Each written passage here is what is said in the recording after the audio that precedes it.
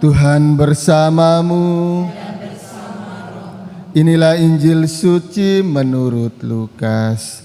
Dimuliakanlah Tuhan.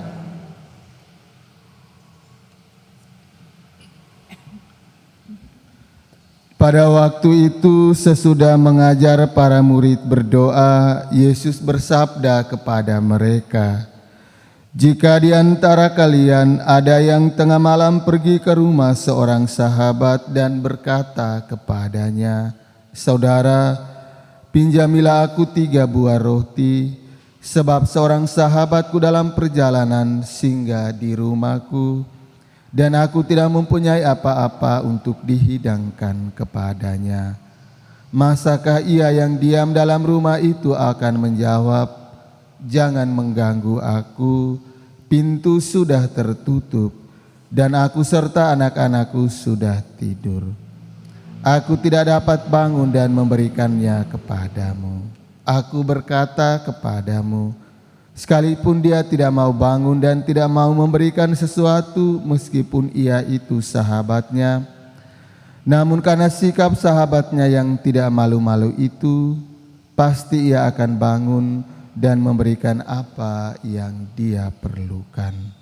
Oleh karena itu aku berkata kepadamu, mintalah maka kamu akan diberi, carilah maka kamu akan mendapat, ketuklah maka pintu akan dibukakan bagimu.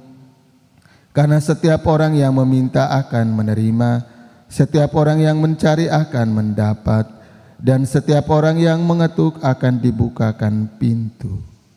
Bapa manakah di antara kalian yang memberi anaknya sebuah batu kalau anak itu minta roti, atau seekor ular kalau anak itu minta ikan, atau kalajengking kalau yang diminta telur? Jika kalian yang jahat tahu memberikan yang baik kepada anakmu, betapa pula Bapamu yang di surga. Ia akan memberikan Roh Kudus kepada siapapun yang meminta kepadanya." Demikianlah sabda Tuhan. Terpujilah Kristus. Suster, Oma dan Opa, Ibu Bapak, Saudara-saudari yang dikasihi Tuhan, lewat kedua bacaan suci hari ini, Tuhan kembali memberikan kekuatan dan pengharapan kepada kita bahwa setiap orang yang berdoa dan berharap penuh kepada Tuhan dan berdoa dengan rendah hati, maka Tuhan akan mengabulkan apa yang dibutuhkannya pada waktu yang tepat dan pada waktu yang tidak disangka-sangka.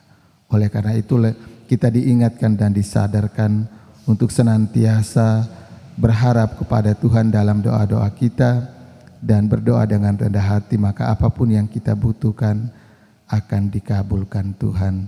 Tetapi seringkali yang kita minta kepada Tuhan bukan yang kita butuhkan, melainkan apa yang kita inginkan untuk memuaskan keinginan duniawi kita.